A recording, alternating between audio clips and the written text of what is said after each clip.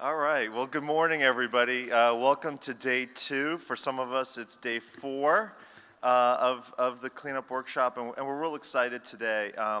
Yesterday was a very interesting meeting, and I want to repeat something that I heard from Council Member Chuck Hope from the city of Oak Ridge. It was really interesting. We keep talking about cleanup and the accomplishments that we've had at the different sites.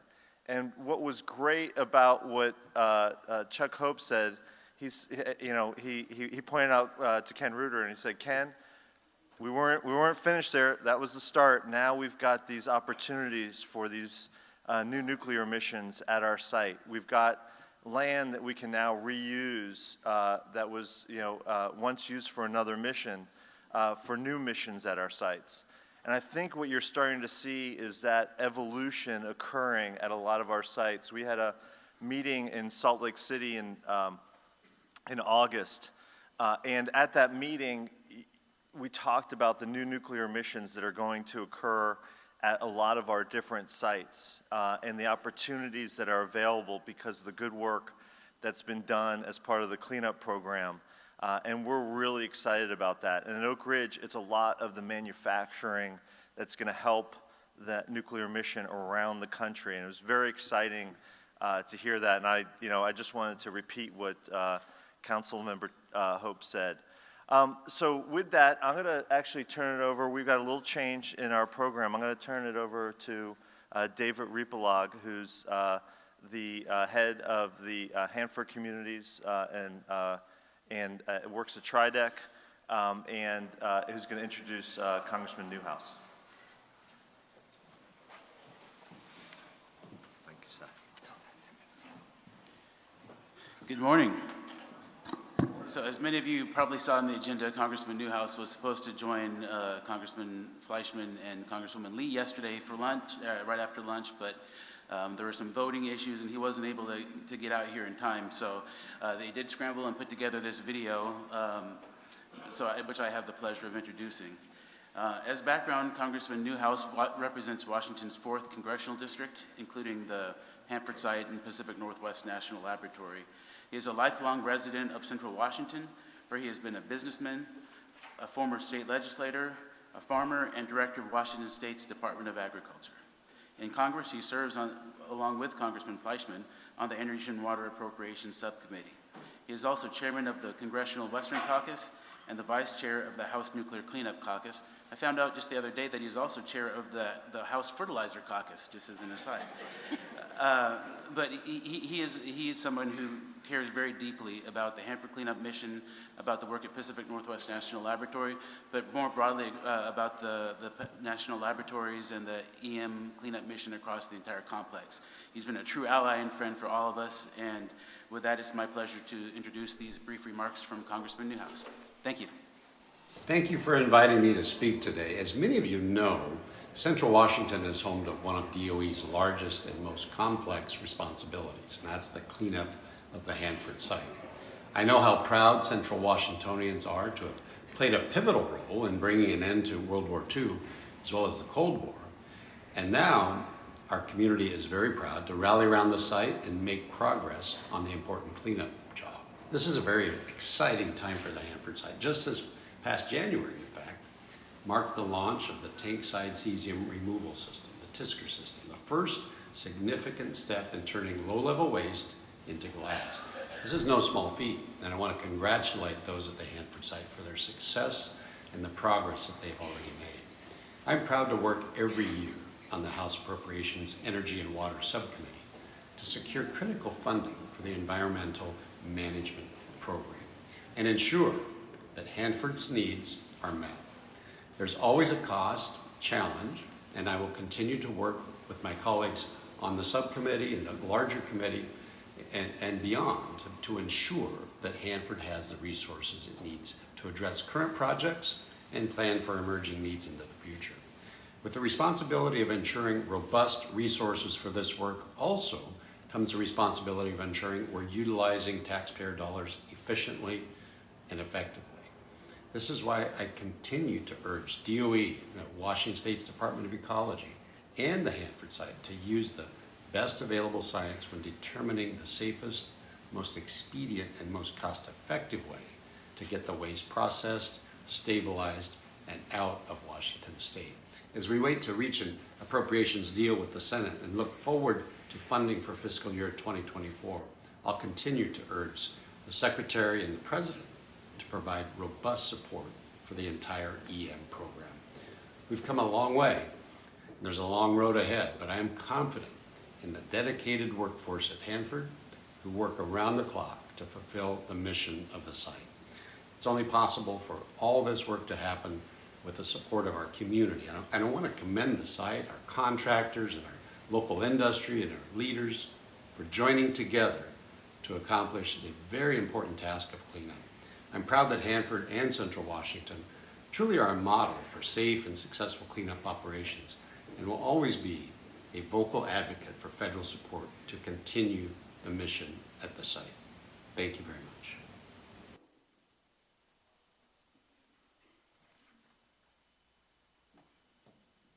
Good morning, everybody. It's quite the privilege to get an introduction from Congressman Newhouse there. Appreciate that. My name's Colin Jones. I'm the Deputy General Manager for Jacobs North American Nuclear Group. It's a great honor to be here today and facilitating this panel with the leadership here you see in front of you from the DOE's Office of Environmental Management Program. I'd like to congratulate ECA, FCOG, NEI for continuing to put on this workshop. It's been 8 years now, and the brainchild of some very innovative folks here and really driving this conversation forward and continuing to do so. And it's great to see so many people here today in the room to participate in these discussions.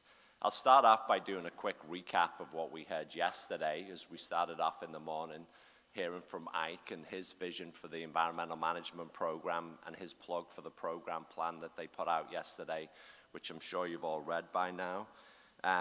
The opportunity then to be able to go and focus on some of our successes is with the success panel with the Portsmouth Paducah Project Office, the Oak Ridge Office, and the Idaho Cleanup Project too. And then that's an important thing, and it's always a great way to get started, is we got to remember with the many challenges we're dealing with the amount of success that we are able to accomplish as an industry, as a group of stakeholders and tribes every day as we're executing this mission. And then along with Congressman Newhouse, we did hear from Congressman Fleischman and Congresswoman Susie Lee yesterday.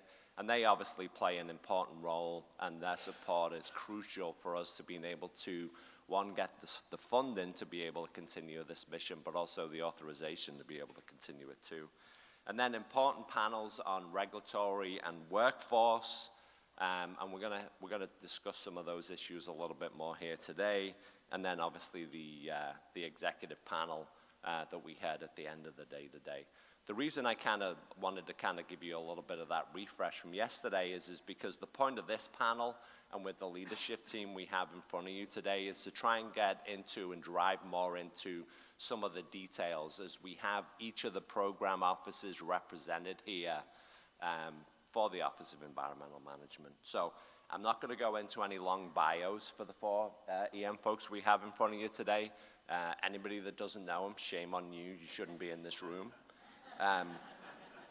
But we'll start off with Candice Trammell Robinson. She's the Acting Principal Deputy Assistant Secretary in the Office of Environmental Management. Then we have Randy Henriksen, Senior Advisor to EM3, which is the Office of Field Operations. Dae Chung, Associate Principal Deputy Assistant Secretary for Corporate Services in EM. And then last but not least, Betsy Fornash, Deputy Assistant Secretary, Waste and Materials Management in the Office of Regulatory and Policy Affairs. Like I said, these are the program offices that really cover the gamut of activities across the EM program. So I have a series of questions. I got 11 questions here lined up for these folks that they're going to answer for us today. I'm going to solicit questions from the audience at some point. So hopefully that we can make this a interactive discussion. We have 60 minutes to get through this. For those of you in the audience that have been through a contractor oral interview process, you might want to see this as an opportunity to get back at some of the DOE folks. So we'll start off with question number 1, which I'm going to throw out to everybody. I'll ask Candice to start because she's EM too. How would each of you assess the state of the EM program today? Candice? Thank you, Colin. I think we've all heard throughout this conference that the state of EM is strong. We have a lot of progress that's been made and a lot of accomplishments that we're on the cusp of accomplishing. I think that starts at the top. We're very fortunate that we've had strong leadership and steady leadership from Ike White. As we know, at the end of this month, he'll be the longest serving EM1 in our program's history, but that's particularly notable when you consider it's across 3 secretaries and 2 administrations.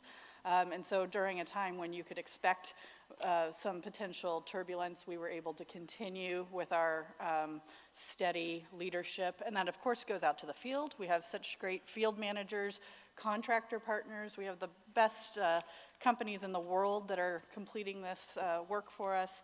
And our workforce overall is just, world class.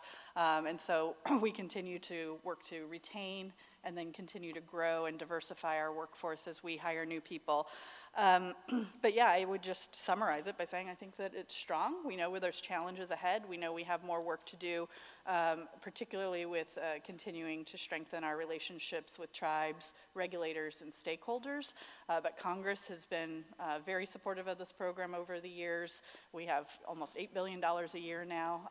Colin still laments that when he was in EM, it was only about $5.5 billion. So we continue to demonstrate progress, which continues to garner more support from the administration and Congress in our funding, which allows us to continue making more progress. So I would say overall, EM is strong. Great. Thank you, Candice. Let's go in number order then, and we'll go to Randy. Your thoughts on the assessing the state of the EM program today? Oh, thanks for having me sit on this panel first and foremost. I would agree with Candice that it's strong, but that's not to say it's not without challenges. And I would say that one of the things that makes it strong right now is we have a focused, unifying effort being put in place by the leadership, both in the department and with the contractors and the communities writ large. And I think that's really important because people now are focused on what needs to be done. As was mentioned yesterday, there's been a tremendous amount of work in cleaning up what one might say is relatively easy cleanup, if you will, although I know it was hard. But the really tough stuff is left in front of us. And it's going to take a while, and it's going to take those resources. It's going to take everyone in this room and our successors to make sure that that happens. The early part of my career as an adult was in DOD. And so I was the user, you might say, of some of the products that the Department of Energy delivered. But I didn't realize what it took to deliver them until I joined DOE a number of years ago at NNSA, and then now I'm with EM. So I'd like to thank everybody for their effort to be able to provide what was necessary to defend the nation, but also now it is our responsibility to clean up those efforts and make the community stronger and thank them for what they've done. And I think, and again, in doing all of that, it's something that we have to be focused together on as part of a larger team to make sure that we address the challenges that are certainly out there. To quote one Secretary of Defense from a while ago, we have some known knowns, we have some known unknowns, and we have the unknown unknowns. And trying to make sure we get our arms around all of that to do what's right for the environment and what's right for the nation is extremely important. Thank you, Randy. Betsy? Thanks. Yeah, just pick up on what Randy was talking about. I think we've had some really, really great successes, and I think we're poised to make good progress on some of our biggest liabilities with the tankways. But I think we're finding ourselves a little bit at a crossroads here, right? We've kind of reached that first handoff in the relay and realizing that we still have a long way to go until we reach the end. And, I think we're at a point where we're having to lift our eyes up a little bit and look further out on the horizon and understand, the sort of the conventional wisdom, I think, has always been that it's our job to work ourselves out of a job. And now we're realizing that might not entirely be the case. First of all, we have a job that's, you know, when you start to look at the long pole in the tent with environmental remediation, things like that, you know, those go out a long time. But also, I think it's becoming a little bit more evident the value of the DOE-wide services that we provide in terms of like disposal, access facilities, things like that, that we're going to need to start planning for in the longer term as well. So I think it's an important crossroads. Good, thank you, Betsy. Dave? Good morning. From my vantage point, everything is pretty dandy.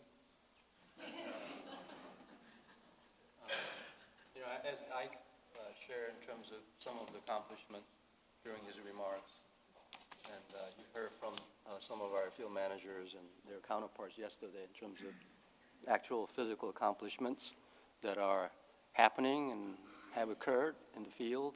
You'll probably hear more from our field managers in the next session.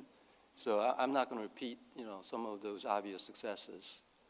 But I do have to mention things like, you know, getting the building down at X326, first GDP building at Portsmouth, something like 15 months ahead of schedule, which is remarkable. Also, you know, starting up the demolition effort at West Valley. I spent at least 2 or 3 times up there during the last year and a half, waiting to see this moment where we actually get to start knocking that building down, which I think is a great accomplishment. If you think about all of the challenges that we've had, not just from COVID directly, but look at all the challenges that we have talked about, not only from a workforce standpoint, but supply chain risks and uncertainties, right?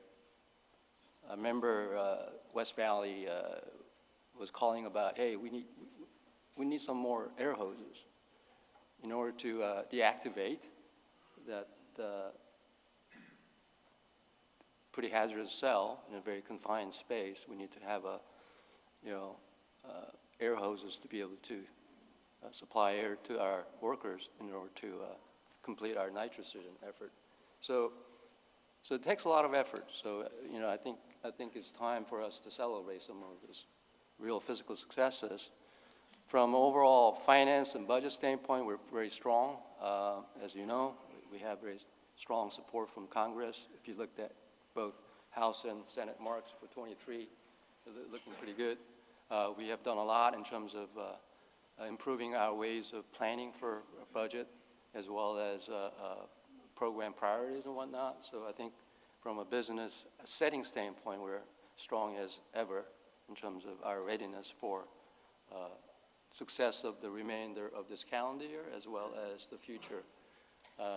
When I walked through the annual priority list that I put out earlier this year, whether we're talking about significant construction milestones or key cleanup projects or reducing footprint or making timely awards for our major contracts, or even things like putting out the EM program plan, which is a great tool, I believe, in terms of not only recognizing what we have accomplished, but things that we have to tee up in terms of making real key decisions so we can make kinds of changes that we wish to realize down the road. So all those things got put together this year. So in terms of business process improvements, some of other system improvements, I think we've done a great job in terms of setting the conditions to continue our success into the future. Thank you, Dave. And it is quite remarkable the progress that's been made since, what was it, 1989 when the program was first kicked off. And it's great that each of you recognize that as part of your remarks, but also recognize some of the challenges moving forward and the lessons we have to learn from the successes we've had, but then also recognizing what does, you know, EM look like in the future with supporting of some of the other programs at DOE. And that kind of moves me on to my next question. And again, this one is for all of you. So, you know, in recognizing some of the strategic challenges moving forward, for each of your individual area, what do you see as some of the top priorities that you'd like to share with the audience today. And Randy, we'll start with you on this one. Thanks. And I'm going to try to give it not just a field perspective, but sort of a broader strategic perspective as well. I would say there's sort of 5 categories that I think about in this job and in the jobs I've had at the department, which is progress, operations, workforce, knowledge transfer, which kind of goes along with the workforce, and complacency. And I've been it that way because one of the things that I think EM has taken criticism, rightly or wrongly, for a while, is progress. And as was mentioned, we started up TISCR, we're getting ready to start up IWTU, et cetera. And that really is what we're about, is clean up and making progress in that particular mission. And what goes along with that is operations. You know, it was a great thing to see. I had the pleasure of assisting Portsmouth over the past year or so, from a community relations standpoint more than anything, but to get down to the site and see 326 being taken down and the on-site waste disposal facility was just really something. But now when you start talking about getting, you know, TISCR's running now, IWTU's getting ready to come up, we're not just tearing things down, we're transitioning to operations. And that's a different mindset. And it's a mindset of you have to do it safely and it can't be routine, which is why I bring up the word complacency. You can't think to yourself, well, we've done this 1,000 times, this is routine. It's never routine. There's something always different. And I know that when I was in a particular position I was in my military career, you know, you would think about, well, what happens if someone decides to do X, Y, or Z? There's got to be a training piece to that. There's got to be practices put in place, procedures put in place, and everything so that you don't become complacent and so that you can do the operation safely and effectively and make the mission. You know, when anybody gets on an airplane, I'm sure all of us, or many of us will get on an airplane to return home from this conference or go on travel next week like myself, even if a pilot has 10,000 hours in the aircraft, they always take out the checklist and look at before they start flying the aircraft or before they land the aircraft. And that's one of the things that I think we need to kind of keep in mind. And then let me just talk about workforce in terms of 2 things. It's an interesting statistic that was mentioned yesterday that we have only 15 people under the age of 30. I also look at that from a positive perspective. Think about how loyal and dedicated and knowledgeable the workforce that's a bit more mature, shall I say, is. That's extremely important. That means we have an important mission. That means they're dedicated to it, whether it's the contractors, it's the community, or it's the federal workforce. That's important. It really is. But what's equally important is that we also have knowledge transfer from that workforce to the workforce of the future and the future. One of the Workforce Summit comments I made the other day is we also got to be careful that we don't just hire people under the age of 30 like myself, because if that's what we do, that was supposed to be a joke. I can see that not everybody's awake. But if we do that, we're going to leave our successors the same challenge that we're dealing with. And I will tell you right now, the biggest gap that I see that does keep me up from a workforce standpoint is what are we doing about middle management, middle layer supervisors? Are we properly training them? Are we giving them the tools they need? Are we promoting the right people? Are we accessing from, it's great to promote internally, but we also need to bring in knowledge from the outside. And I think that's really important. And the last thing I would leave you is, and again, we've talked about our successes. One of the things I used to tell my crews, don't rest on your past laurels. For those that still read the paper and newspaper, this week's headlines will be next week's fish wrapper.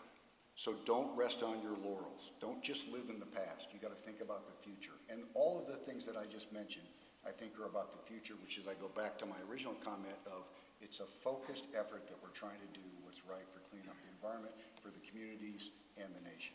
Thanks. Thank you, Randy. Day, over to you, some of your priorities for corporate services in EM. Yeah, one of the reasons that I'm still trying to figure out why I did this, but one of the reasons I decided to come back was to really help out Hanford, actually. Where's Jim Ondorf? You know, over a little half sandwich from Subway, he convinced me to come back, and he told me something about, you know, Law PS project, and we got to figure out how to expedite to make sure that we can, get the low-activity waste treated and ready to go before DF law starts up. So that was one of the main reasons I decided to come back. So I was really happy when I heard earlier this year that Tusker started up, actually. I think it just took a little bit too long for me, but nevertheless, it's a big success, and it has already processed over something like 340,000. Is that right? 380. 380. Okay. Close, right? So it's working. So I think, when we talk about, and we talk about this in our EMPP document, the tank waste is our biggest challenge, in my opinion. So we got to make some key decisions in the next couple of years, in my opinion, to steer the overall tank waste program into the right direction. So I know I can, with a lot of help from the 7th floor, we're trying to set the right conditions for that future success of a high-level waste program at Hanford. Things like, how much of the waste can we directly feed into high-level waste melters? And that's going to be a significant challenge and significant accomplishment when we actually get that thing done. Just like when I came back, I saw the document called Hanford Strategy Framework document, where it already talked about not only DF law, it was trying to talk about direct feed high-level waste even in 2013 and 14 timeframe. So look at the time it took to realize the DF law, right? Almost a decade. So if we want to accomplish something in the area of high-level waste program at Hanford, we got to start something now.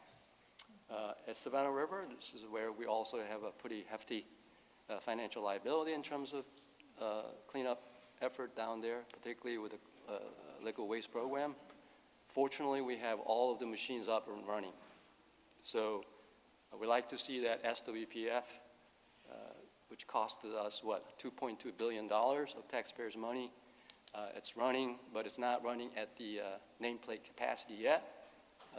I don't see Dave Olson, but we gotta get that machine up to produce at its original nameplate capacity, and optimizing not only that particular facility, but optimizing the entire system of liquid waste, the DWPF, the tank farm, SDUs, et cetera, so that we can really go after reducing that tank waste risk as soon as possible. Along with that, we got to be mindful of how we're going to sort of project the future of H Canyon. I know that we have a commitment to accelerate the inventorying of the spent nuclear fuel in the L Basin, and trying to accelerate that inventory through the H Canyon in a more accelerated fashion. But we must integrate that effort along with the liquid waste, because we don't want to hold the tank farm hostage unnecessarily in terms of being able to complete our liquid waste mission. So to me, those are two key decisions that we're going to have to wrestle through and make certain decisions in the next few years, so that we can envision actual completion of our mission in terms of liquid waste at Savannah River, which may end up actually helping other sites when we're done there, and then making the kinds of decisions that we need to make at Hanford in terms of the high-level waste program. Thank you, Dave. Mr. Owendoff certainly can be very persuasive when he wants to be. So, Betsy, over to you. What's some of the priorities that you see in the Office of Regulatory and Policy Affairs? I think for us, for me, it's really about making sure that the enablers are healthy and robust, right? I mean, the things that we're working on, spending a lot of energy on, are, infrastructure management and prioritization, disposal and waste policy, regulatory and stakeholder affairs, and those aren't the things that you can point to, right? You don't get a facility up, constructed. You don't, and honestly, when we're doing our job really well, they're practically invisible. You know, that's the way it should be. It's only when things start to go wrong that people really pay attention to them. And so I think that's, you know, what we need to do is be able to make sure that those things aren't forgotten, that in the appropriations and the prioritization of our programs, you know, they're getting the right attention that they need so that, you know, they can support all of these, you know, all of these actions, you know, robust stakeholder engagement as well. Like, those, and, you know, those are the things that really make the gears be able to turn. And so, you know, making sure that we're paying attention to those. Good, great, thank you. Candice, you want to wrap up on this one? Yeah, I mean, I think all of the answers here have covered the gamut. I would just summarize my priority as being people. Without the workforce, we wouldn't get anything done.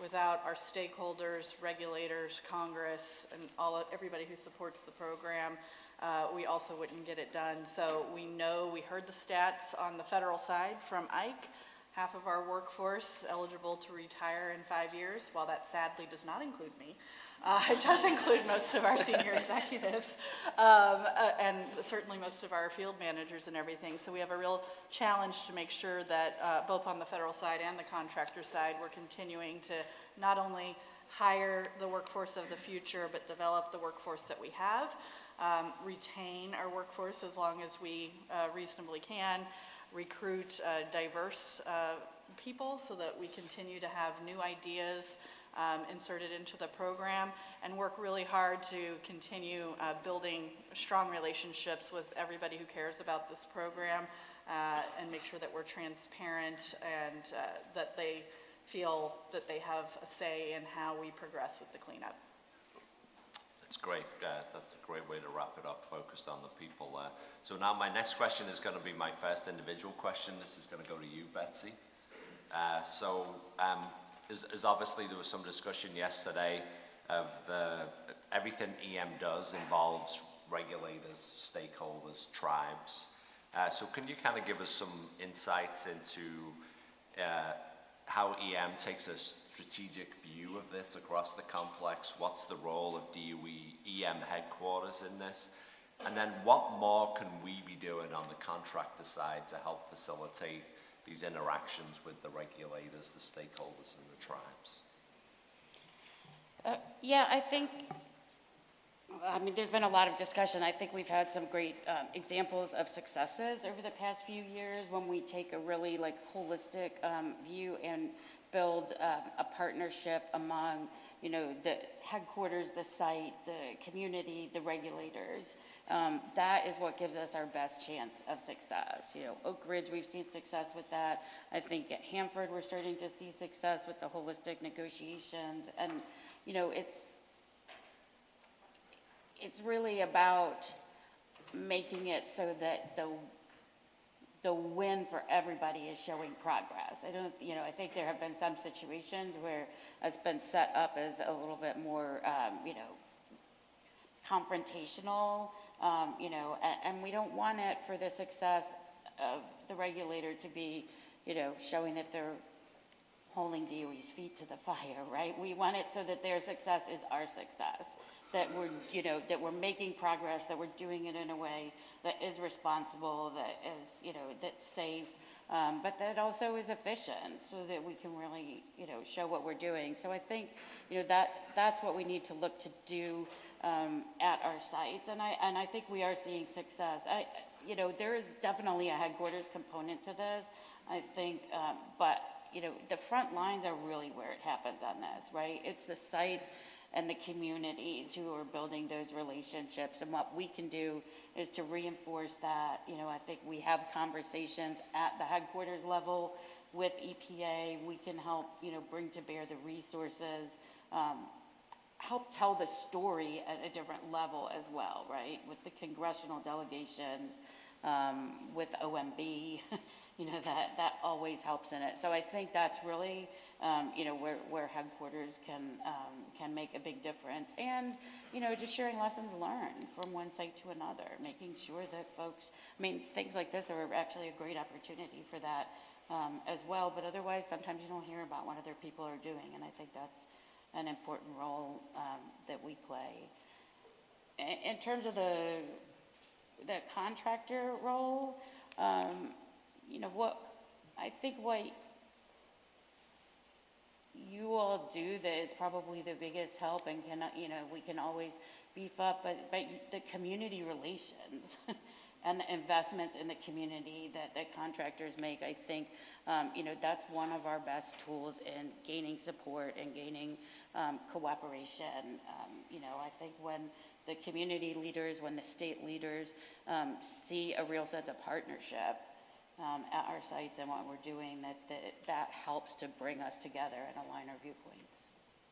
Yeah, that's great. Everybody has the same goal in mind, right, from the states and the stakeholders and the tribes and the program, but sometimes it's just a question of how do we get there, right? And so that's good. I appreciate that. So I'm going to ask one more individual question, then I'm going to throw it out to the audience, but so get your questions ready.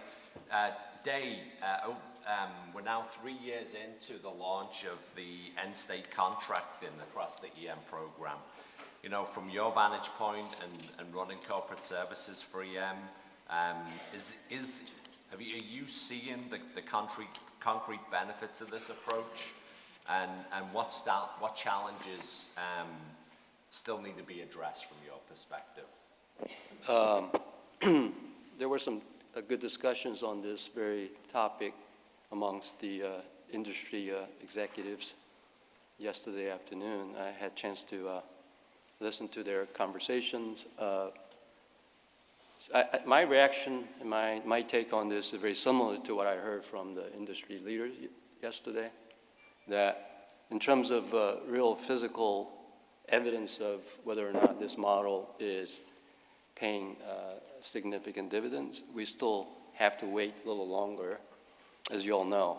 Even though we started this process about 3 years ago, it took a while to get the contract awarded. We had to make some changes along the way.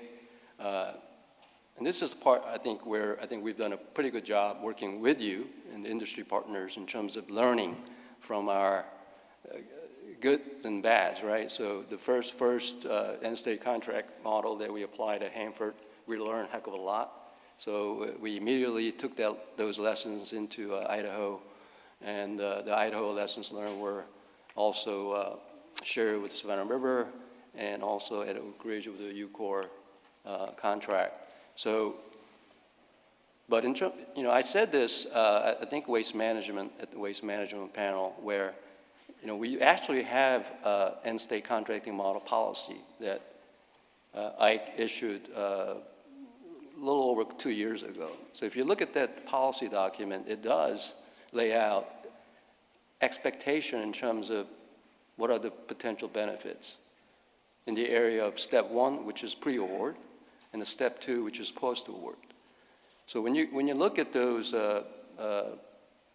goals and objectives, my staff and I went through a number of times over the last year or so, I think you will see that we have actually checked off on all those goals and objectives. Clearly, in the pre-award space, we met all of those objectives.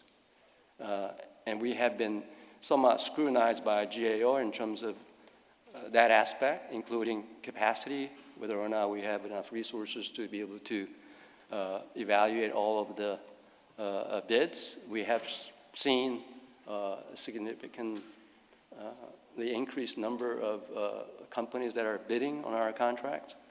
So even though it did require additional resources during the pandemic, we managed through getting all those pre-award processes pretty much done on time.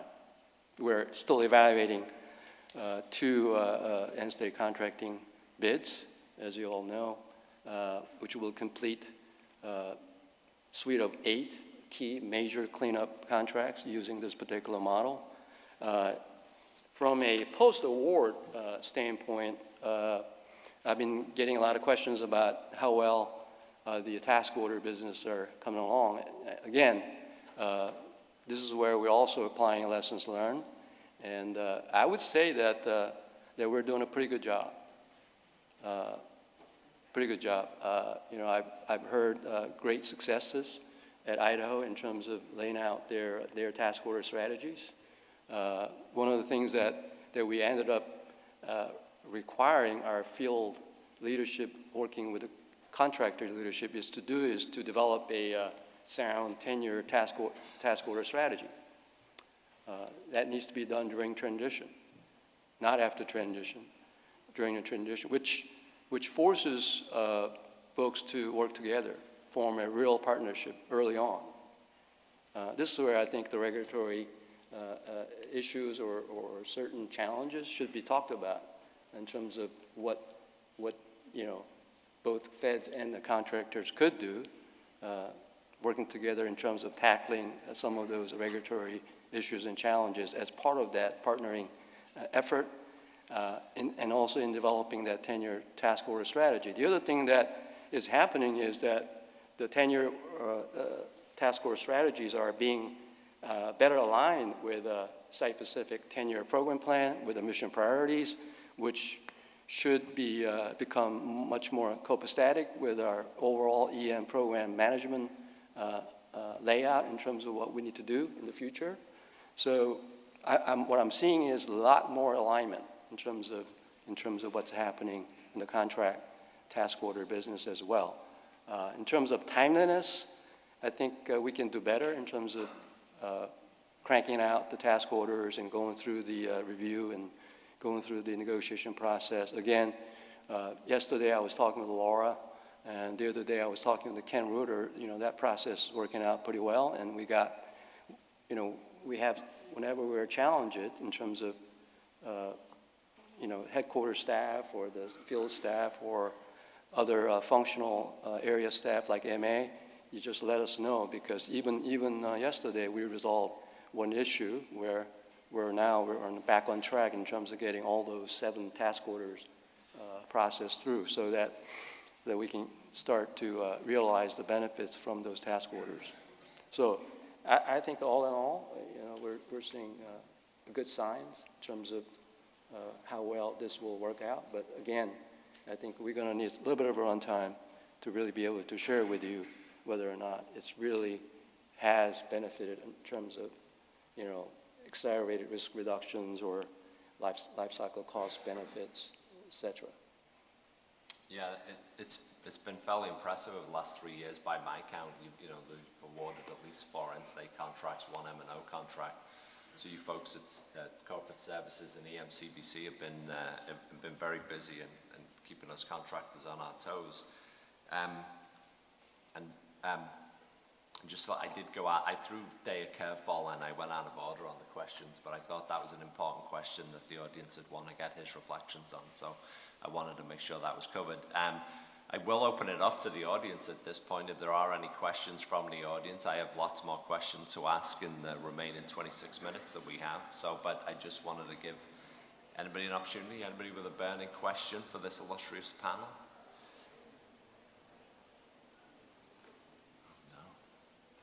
Everybody's too afraid. Building on what Candace's priority was as related to people, I'm going to throw a question to Randy and Day and ask you to kind of double team this one. What is the EM? So I'm going to start off with you, Randy, and in the work that EM is doing build and encourage a more diverse and inclusive workforce. And what role does EM's increased MSIPP, and you may want to kind of describe that program for us to play into this, and what else is needed. And then Day, I'd like you to follow up with that as from your viewpoint in corporate services is how you're facilitating that with the contractor community through retention concerns, especially given some of the workforce and labor issues that we're having today. So Randy, if you'd like to kick that off for me, please. Sure. For some of you that know me, I have a saying that I've used for a long time, which is mission is priority 1 and people are asset 1. And that's really important. That sets the foundation for what you want and need in a workforce. And my previous career, diversity was sort of second nature at all levels and every aspect of the mission that we were trying to accomplish. And certainly it's a key factor in the workforce of today and for the future. And you really need a concerted effort to look at it, to make sure that you're bringing in all ages, all races, all backgrounds, et cetera, and then clearly focus on areas that, you know, communities of disadvantaged, you know, that have not really we focused on in the past for a variety of reasons. And that's unfortunate because there's tremendous wealth of knowledge there and tremendous eagerness to make a difference and contribute. And it takes a concerted effort from everybody, whether it's academic, government, the contractors, the federal workforce, OMB, the Congress, and in fact, our Minority Serving Institutions program, we went from $6 million previously enacted to 56. That's how important it is to not just the administration and Congress, but, and I think it's the right thing to do from that perspective. In a good news way, we've already put most of that money out on grants, and we're working on trying to make sure that we bring those people into the workforce that will help today and in the future, as I mentioned. You know, one of the things that was interesting when I first joined Ike and Nicole at NNSA, we had a doctorate fellows program and we had an MSIPP program. And we were leaving a lot of talent on the table. And I'm very proud of the fact that one of the things I did when I first got there is I made an offer to an MSIPP intern during the December timeframe. And the offer was contingent upon, Adrian, if you graduate in May, this is your offer. So you better focus and finish strong so that you don't get the senioritis and not cross the finish line. And as far as I know, he's still there at NNSA and knocking it out of the park. That was the first MSIPP hire that NNSA had. And I don't say this in an unabashed way, and I don't mean to be pejorative, but it's factual. The first hire that had happened in 7 years. And we had gotten a whole bunch of money we'd put to the program, but we were not taking advantage of it.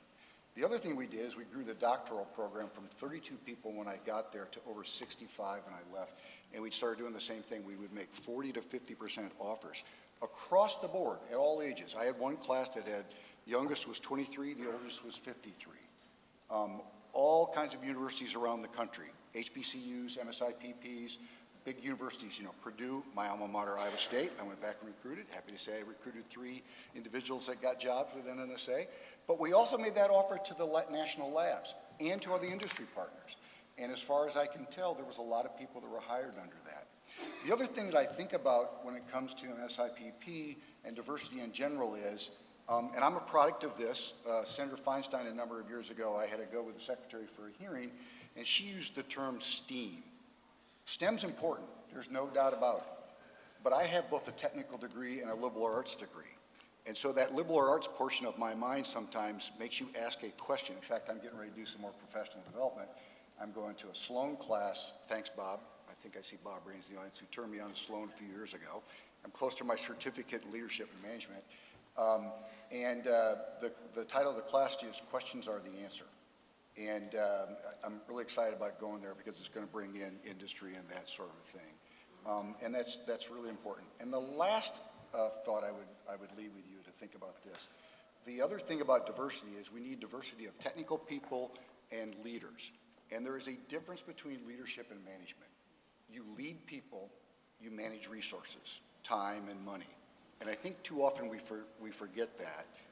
And we've got to make sure that we bring people in that understand both aspects of that equation, both sides of that coin.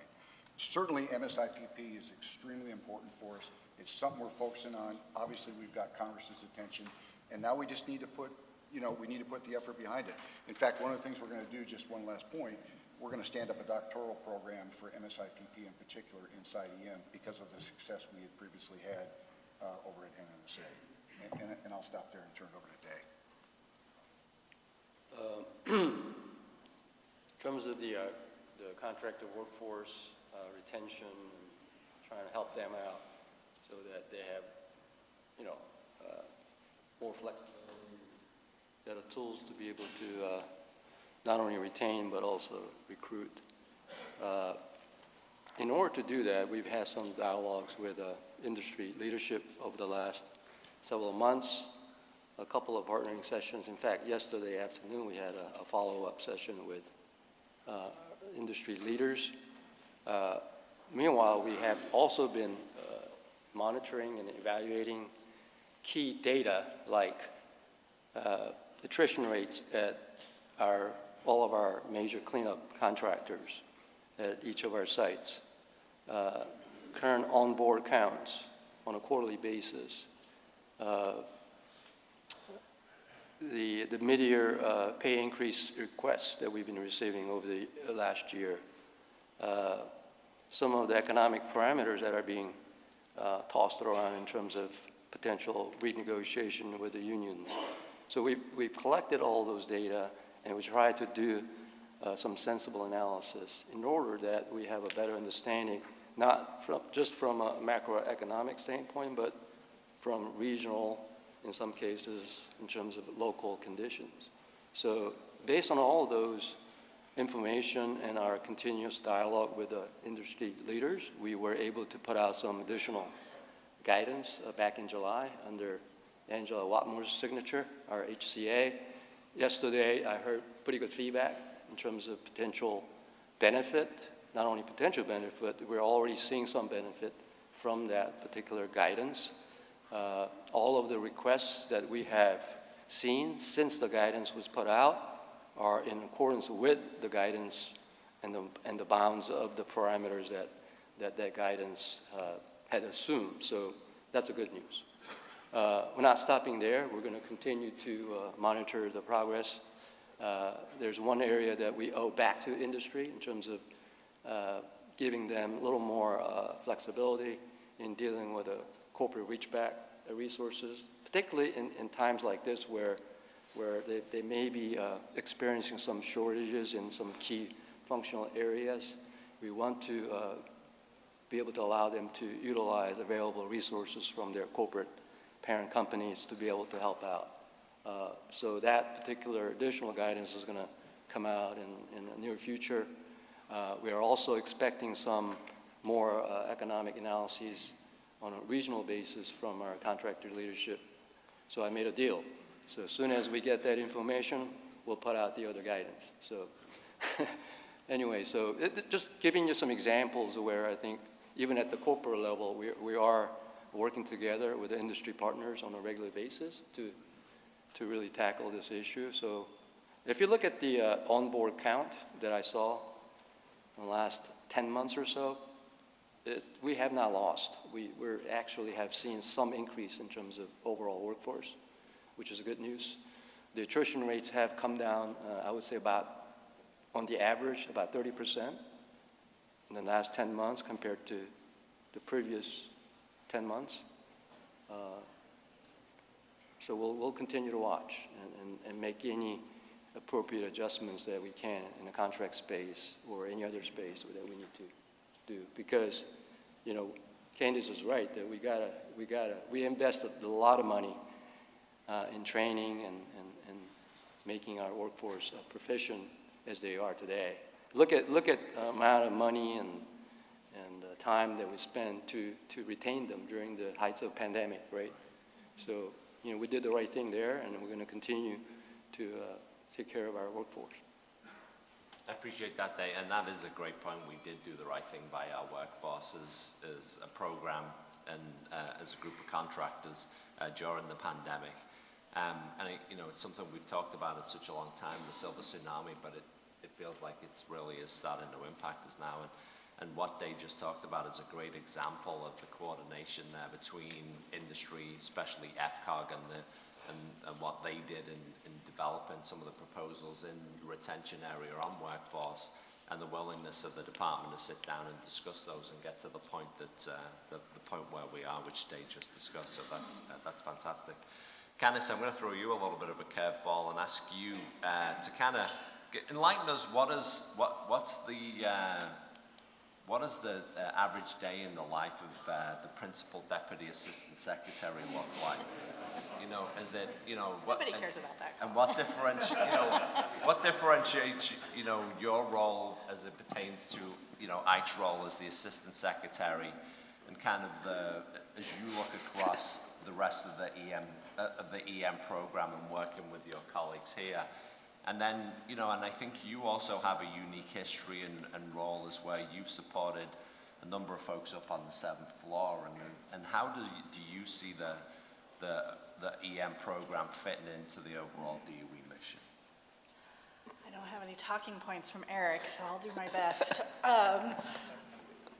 like a chief of staff, an EM2, you know, is different based on the specific skills that each person brings to the job. You know, we're very fortunate again to have Ike, who's skilled in a wide variety of areas. Todd Schrader leaving EM was a huge loss for us. I don't bring the technical competence that Todd brought, for sure, but we have that in Ike, Day, Randy, and others. And so I really do focus primarily on the people aspect, because that's where I have most of my, if I have expertise, that's where I have most of my expertise. And, you know, Ike and I are a great team with the AP DESs overall. We're a really strong and diverse team. And so sometimes it's just divide and conquer, and whoever has the best ability to address that issue. But I remain very aligned with Ike. I mean, we talk certainly daily, sometimes multiple times a day, to make sure that, you know, everything that I'm executing is what he would want for the program. In terms of the 7th floor, you know, again, I think that EM is in probably the best spot we've been in, at least for as long as I've been in EM. There's complete faith and confidence in Ike, as there was in the last administration. EM is now a direct report, of course, to the Deputy Secretary, which allows Ike the ability to raise issues to the extent they need to be raised very quickly up to the most senior levels of the department. I can't think of an issue that needed to be raised to an undersecretary that didn't ultimately also get raised to a deputy secretary or secretary. And so while we've had great undersecretaries who have been very supportive and helpful to the program, the point is that most of the time when we have issues, it's a big enough issue that getting it elevated quickly is also useful. So yeah, I mean, EM is viewed very positively by this administration. The entire workforce has done a great job in delivering successes.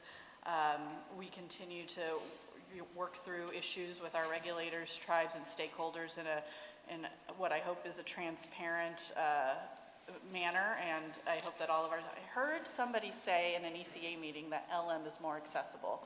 EM leadership is just as accessible, though Carmelo is great. And so hopefully our stakeholders all know that your best opportunity to get your issues resolved are certainly at the field, but if you need to have conversations with leadership, we're always open, and the 7th floor certainly supports that as well. Great, thank you, Candice. Candice doesn't do herself justice on her technical expertise. There was a time, I think, that she knew more about what was going on at WTP than anybody else at the Forrestal building. So, you know, and it's just useful because of your experience and the position you're in now, I think, for folks to be able to hear that and understand that. So, one of the driving with this new administration, obviously, we've heard across all of the programs at the agency is the Justice 40 initiative. And again, I'm going to throw this over to Randy and Day to tackle. And just kind of, if you can give us more insights in how environmental justice efforts kind of apply, how you see them applying in the environmental management program. And then how do you drive that through kind of procurement policies? In each of the RFPs that we respond to, there is a community commitment requirement in Volume 1 that is included and becomes a public living document for whoever's selected for each individual award. Is there a difference in your minds between the community commitment plan Day and some of the environmental Justice 40 goals and initiatives? So, would you like to start with that one, Day? I can let Randy talk about the specifics of the like a pilot program in Lanel. It's a more field-oriented program in terms of that pilot. But I can talk a little bit about what we are doing generally in terms of supporting our small business, which includes significant elements of the objectives of the Justice 40 and whatnot. So, and along with long-standing environmental justice-related causes in our contract, EM continues to collaborate with our MA folks in terms of strengthening and expanding. We're in the lockstep in terms of where department is heading. EM has placed a significant emphasis in terms of the OMB guidance and the recent NNSA DOE guidance for increasing equity in procurement spending. And we have certainly provided additional training to our entire acquisition workforce in terms of those added potential values. EM added specific subcontracting goals for tribally owned businesses in particular, and the Ability One program, individuals, and business, whatnot, supplementing what was already pretty strong EM's small business frame of work. So I think we're seeing a great success. I don't have the exact numbers with me, but as of, maybe Jack can help me out, but I think we've already done over $600 million in terms of our small business through our primes, subcontracting, as well as taking credit for the M&O first tier subcontract, and another $600 or $700 or $800 million through our prime contractor subcontracting. So that's a significant portion of our entire contract value. In fact, earlier this year, EM was recognized by receiving, I think, 6 or 7 awards by Small Business Administration, as well as OSTABU, in terms of just recognizing the EM's contribution. About six awards, and we apply. Our applications accounted for about 50% of the entire department's application for those awards. So that just gives you an idea of the contributions that we have been making in terms of supporting small business around the country, which include things like Hub Zone and very specific elements of what is targeted by Justice 40. I'll let Randy talk a little bit about maybe the NANO program. Yeah, this program actually also contributes immensely to what we're trying to do with the workforce, as well as help for disadvantaged communities. And so for those of you that are not familiar with it, it actually is a sub-element of an executive order of tackling the climate crisis. And I got to say, when it first got announced, I, very inquisitive as to what it was going to do, so I jumped on the website. And over the last few months, all of the websites have really, sometimes government websites are not the most user-friendly.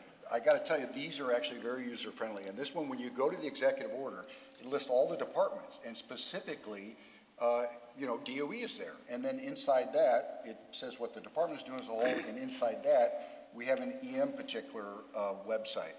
And for those who are not familiar with it, what the EO is basically says is that the goal is 40% of the overall benefits of certain federal investments have to go to disadvantaged communities. And so we've been embarked upon listening sessions with a variety of places around the country.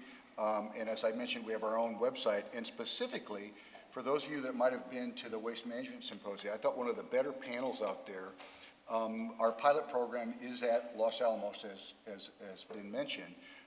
Kim Labach, I don't know if she was here.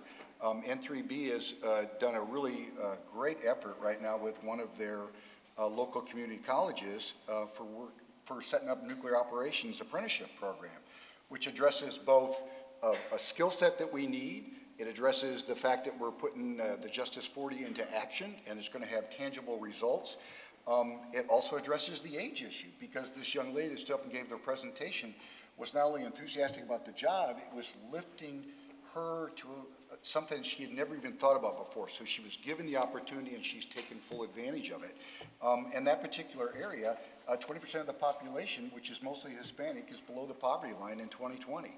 And so just that simple act of what we've done in that area, I think, is going to pay off in dividends in terms of the workforce and the fact that we're, of the future as well as of today, and that sort of thing.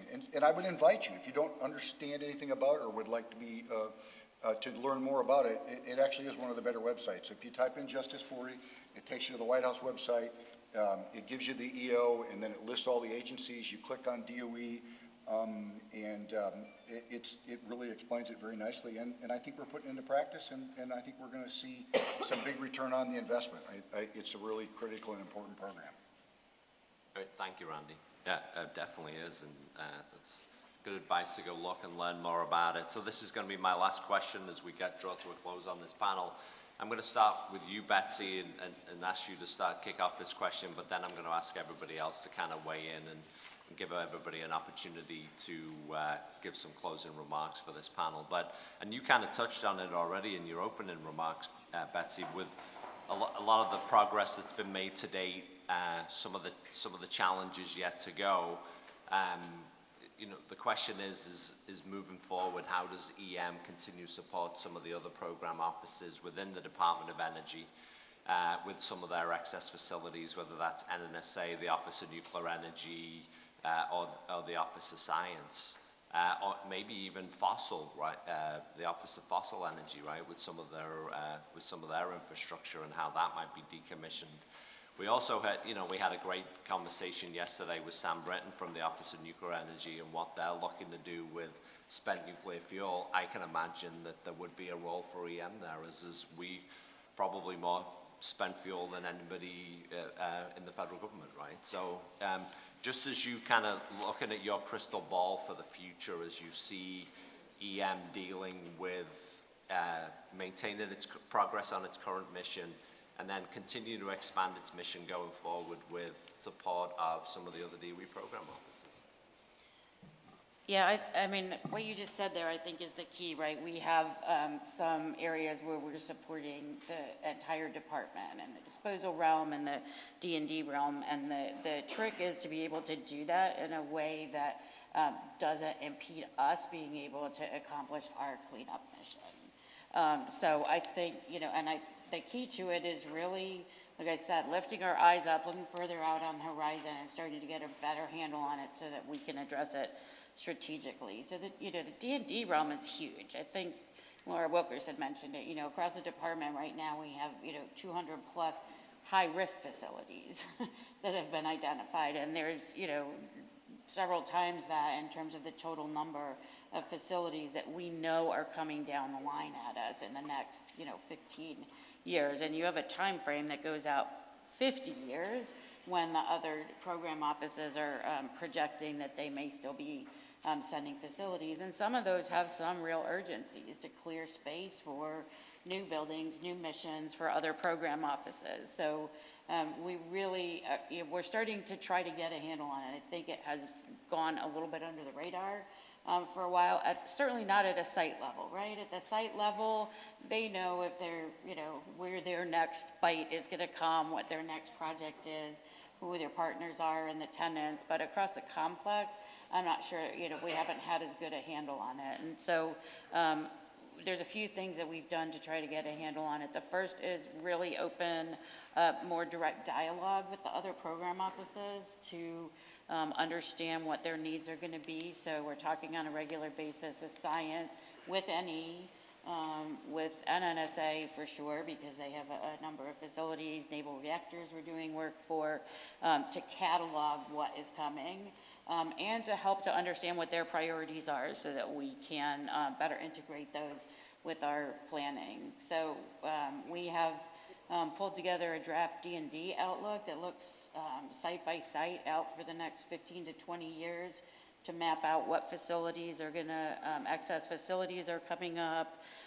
We are building D&D of those facilities into updated life cycle baselines. That's another thing that's been a challenge, right? They haven't always appeared there because they weren't EM liabilities. So they were kind of invisible in a lot of ways. So we are bringing those in. We're marking them as non-EM liabilities so that it's clear, but at least they're visible in our planning processes now. And I think that's also putting us in a position to better tell the story across the department, to OMB, to you know, appropriators so that they understand what this means to us, because, you know, we are bearing a load in terms of personnel, in terms of what we're reaching out for. So I think it's something that we are starting to get a better handle on, and I'm actually, it's a challenge, but the great thing is if we do it right, it's also a huge opportunity for us, right? Because like we're seeing at, you know, at Oak Ridge, at Portsmouth, right? You have a chance to transition your workforce to a whole different realm and hold on to that experience even as our cleanup mission might, you know, start to ramp down at those sites. Great, thank you, Betsy. Randy, any thoughts on that last question? Yeah, I would tell you that it contributes to overall safety, as Betsy was saying. The other thing I would say is, man, it cuts back on the deferred maintenance bill, because everything you can get rid of is, you know, cuts back on that bill, which is huge too. And then there's also a congressional statute that you're supposed to tear down more square footage, or at least equivalent to anything you build new. So when we start building, you know, things like as simple as AMC or whatever, you know, the WTP future looks like, you know, anything like that, you got to get rid of the equivalent amount of square footage, and that's pretty important. And it's also key to the future. Great, thank you. Day? I'm not particularly against the accepting more excess facilities, but we got plenty to do right now, and you know, this, you know, half of the topics that I've heard over the past couple of days has been related to workforce and workforce and workforce. So I think we just have to work with our counterparts in other program offices and really come up with a executable plan that fits into our workforce as well as our skill set. You know, even the work that we're doing at Idaho with SO&W, that's a good effort, right? You know, but it does take away at least one or two of our FTEs, and so we just have to be mindful of how we are going to balance in terms of our resources and making sure that we don't lose the sense of our priority in terms of tank waste, transuranic waste, and other key elements of our mission that are driving our life cycle costs and environmental liabilities. That's a great point. Candice, you want to close out on that one? The only thing I'd add is the importance of making sure that as we're working on those plans, we're engaging with our communities, regulators, tribes, and other stakeholders. And that's one of the many benefits of the EM program plan that Ike, you know, led us on, is that we're going to be able to, over the years, continue to add to that as we identify more things that are coming over to the program, so that we can, again, be transparent and have those conversations as we're setting priorities for the cleanup program. Great. Well, that's it from us, folks. I hope you all learned something today, and please join me in a big round of applause for this panel.